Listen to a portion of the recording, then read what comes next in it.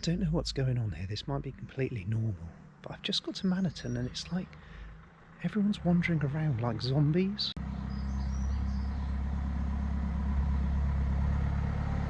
What are they doing? It's not natural walking, it's weird wandering.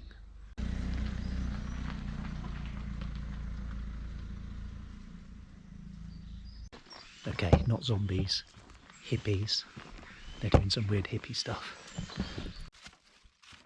Dartmoor is surely the world's weirdest little wilderness. It's only a couple of 100 square miles of hills and rocks and bogs and sheep, and yet it holds a deep and uncanny strangeness that ferments stories of the supernatural. Off the top of my head, we have at least 3 witches, a ghost pig, a ghost terrier, a ghost fox, a whole race of mischievous immoral sprites in the pixies, a pair of spectral hands that turn cars off the road, a throat-slitting ogre, an owl man, a beast, an abundance of things being magically turned to stone, Roman legions, ephemeral monks, Richard Cable, Sir Francis Drake, Lady Howard, Jan Koo. Oh, and don't forget the devil, old Dewar himself. He has a hand in most of the things going down up here. But tonight, I'm looking into what is perhaps Dartmoor's most famous spooky landmark, Kitty J's grave. A sorry little granite chamber brooding quietly on an ancient crossroads under the protective reach of these old beeches. It's said that every night fresh flowers appear on the grave, placed by some phantom hand. Who was Kitty J? What are they doing all the way out here on the roadside? Where are all these offerings appearing from? What is the story of this place? And what is the true story of this place? Welcome back to the 4th Dartmoor podcast Halloween special.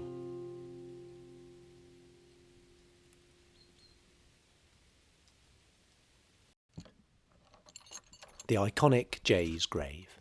Trying to film a podcast here isn't the easiest. There's the traffic and the cyclists and the visitors to the grave and the lost cows. There's a little drama unfolding at Jay's grave. A calf came running over the hill there, looking for its mum. Its mum's coming down the road this way, bellowing. But they can't seem to work out there's a fence in between. And 2 cyclists just went past straight towards the cow. They're wearing red. They had no idea that there's like a baby cow, so they just see this big cow coming towards them, mooring its head off. I heard one of them go, "Oh, we might have a problem here." Come on, guys, you can work it out. It's just a fence. I should just stay quiet and out of the way, really, and let them reunite.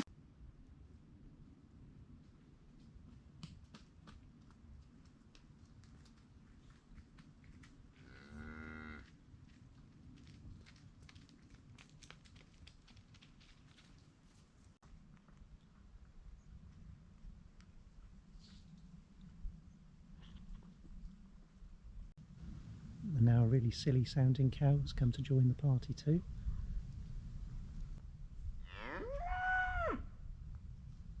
Told you it sounded silly.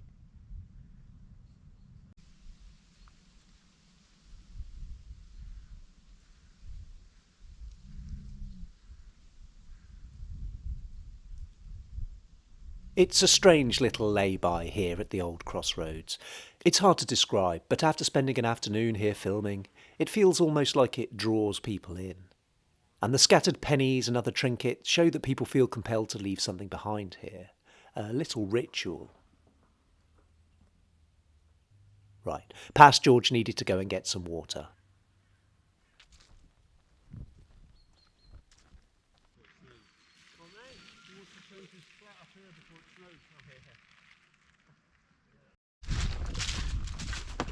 Right, I've got some water, so now I'm heading back to Jay's grave for the evening to do some kind of spooky nighttime vigil or something. But the obvious problem with that is there's no such thing as ghosts as far as I'm concerned, so I'm not going to get spooked out. It's not very entertaining. It's a perennial problem on the Dartmoor podcast. It's not a podcast. I know it's not a podcast. But I think I found a solution this year.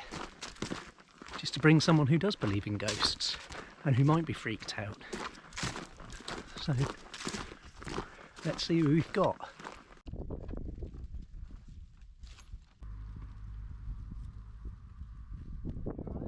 We've got Lawrence.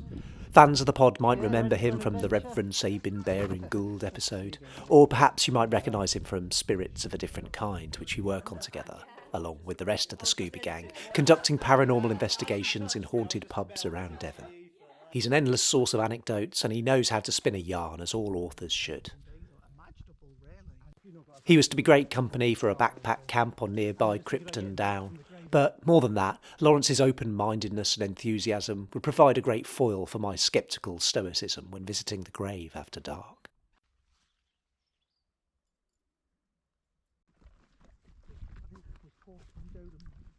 Lawrence, what is the story of Kitty J as you know it? As I know it. Yeah.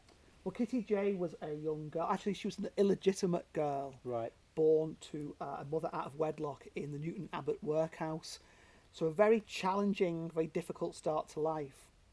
Made all the more so by prejudice and stigma, because J was a sort of a slang name, a nickname given to women whose morality you were questioning. So the very fact she'd been born out of wedlock had people stigmatising her as an infant. So what a challenging start to life. She gets work in along a local farm as a maid. Okay. She is courted by the farmer's son. Mm-hmm. She finds herself with child. The father rejects her, denies any involvement, won't take any responsibility. The farmer then kicks her out, and in desperation, she takes her own life. And how true do you think that story is? Do you know what? I don't know. There'll be people watching who will know, and there'll be people who've researched the story and its historical authenticity. Past George's squirmy smirking here is because he is, of course, one of those people who's done some research. How close was Lawrence to getting the details right?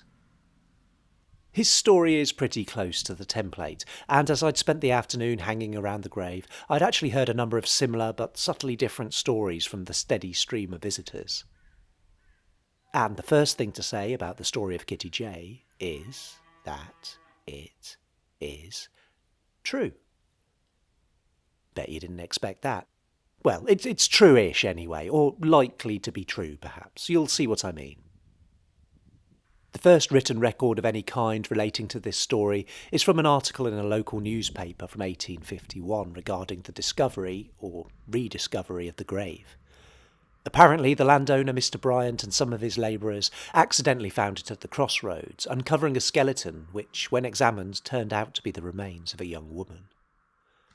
Shortly after, they were reinterred and the rudimentary mound and headstone that we see today were put into place. The article then goes on to say that it proved from inquiry, I'm guessing they went and talked to the old boys on the farms, to be the remains of Anne J., a woman who hung herself some 3 generations since in a barn at a place called Forder, and was buried at 4 Cross Lane according to the custom of that enlightened age. To me, it seems that this short passage contains the only parts of the Kitty J., or should I say Anne J., story that we can be pretty certain of. The story of the young woman hanging herself, then being buried at a crossroads, tallies with the remains found, and, as the journalist sassily pointed out, the custom of that enlightened age, which was, when? 3 generations before 1850s, about 1790, or a bit earlier.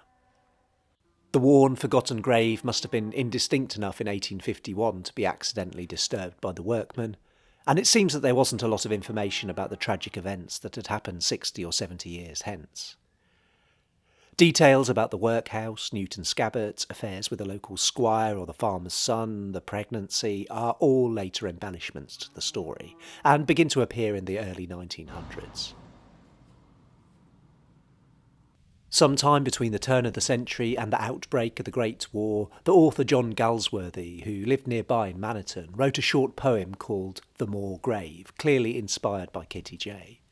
It includes the line, "Desperate me who died for love," and this is perhaps the kernel of romance that propagated the further development of the tale. And it was only a few years later, in 1914, that another local author, Beatrice Chase, introduced the grave into her novel, The Heart of the Moor. Here is the first mention of Jay, Mary Jay in this version, being an orphan from the workhouse, and it also includes a scene where flowers are laid upon the grave. So, it wasn't until over 60 years after the grave had been discovered that we first get the outline for the story we know today, and the grave had lay forgotten for another 60 years before that. Though that's not to say that these elements are nonsense. The story offers only two plausible versions of events that could have led to this poor girl lying here alone at the side of the road. And there's always the possibility that some of these details could have been picked up from other oral sources who were missed in the inquiry of 1850. Though it must be noted that by the 20th century, any tale would have been passed down and retold and embellished many times. Perhaps this is why we start to get so many slightly different details from different tellings of the story. Sometimes the girl is working at Ford Farm, sometimes Canna, and sometimes Barracott, all farms in this valley between Easden and Krypton Downs. And her name is variously Anne, Kitty, Kay, Betty Kay, Betsy J, Jane, Mary J, and so on. Anyway, although the details are muddled, the important thing here is that the core of the story of Kitty J has truth in it. A young woman took her own life and was buried out here by the crossroads.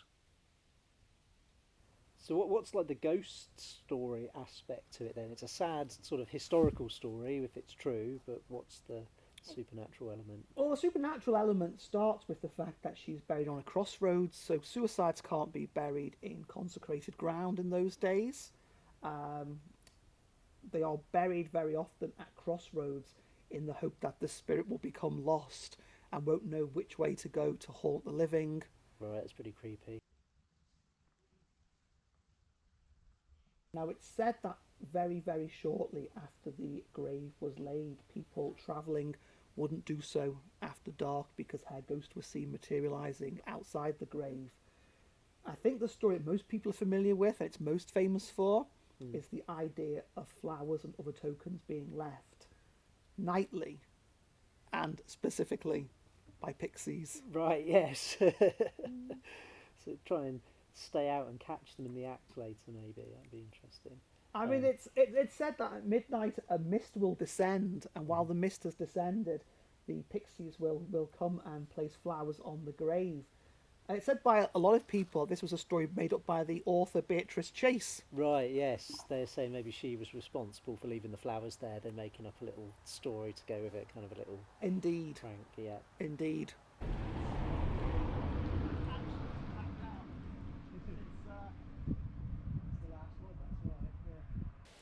But it's very much a case that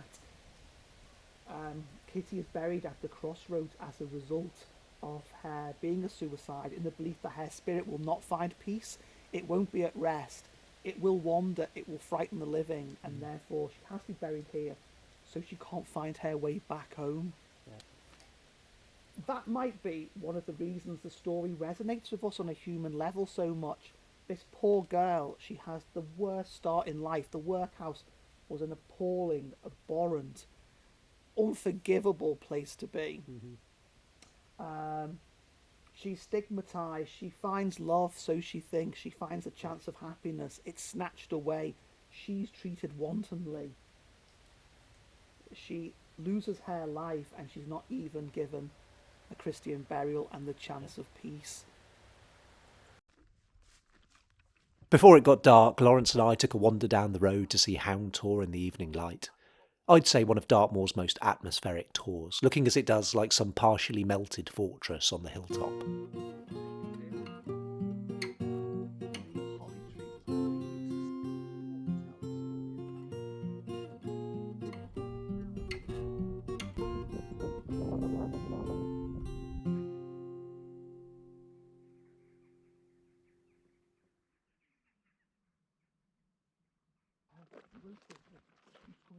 And there was just time for a quick dinner of instant noodles, washed down with a few ales, before night folded over them all like a dark wing, and it was time to find our way back to Jay's grave.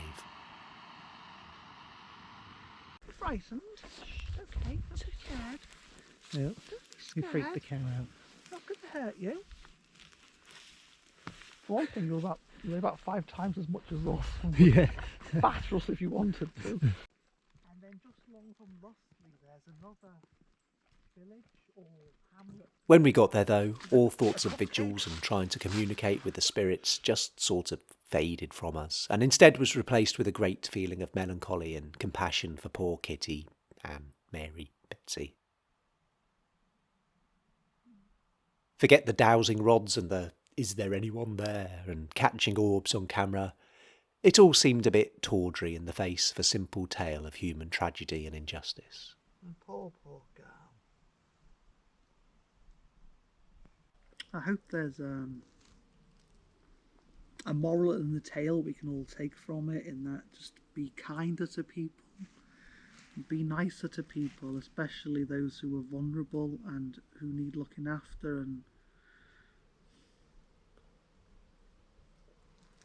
Interesting that almost a sort of Christian message springing from a story of kind of bad Christianity.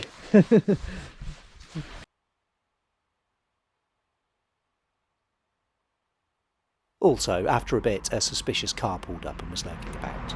Hopefully just some other paranormal investigators wanting a turn at the grave. Yeah, I'm sure that's what it was.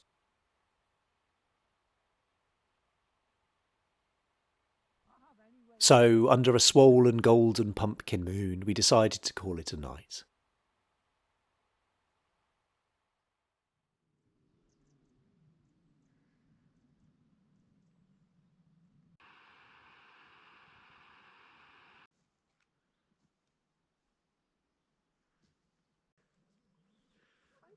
To round off our adventure, morning brought a fresh flower on the grave. Literally wasn't there last night, was it? wasn't no?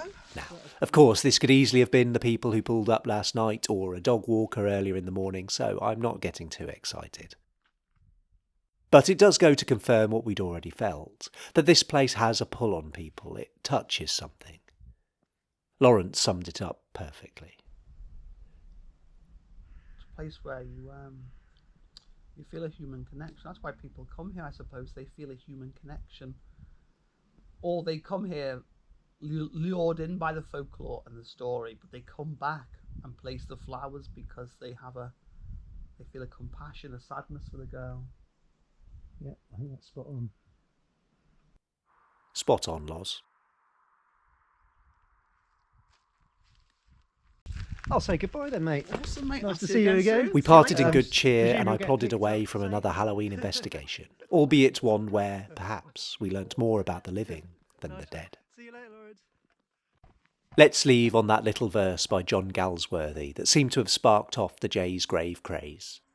A poem from the perspective of the Crossroads ghost. I lie out here under a heather sod, a moorstone at my head, the moor winds play above. I lie out here. In graveyards of their God they would not bury desperate me who died for love. I lie out here under the sun and moon, across me bearded ponies stride, the curlews cry. I have no little tombstone screed, no soon to glory shall she rise, but deathless peace have I.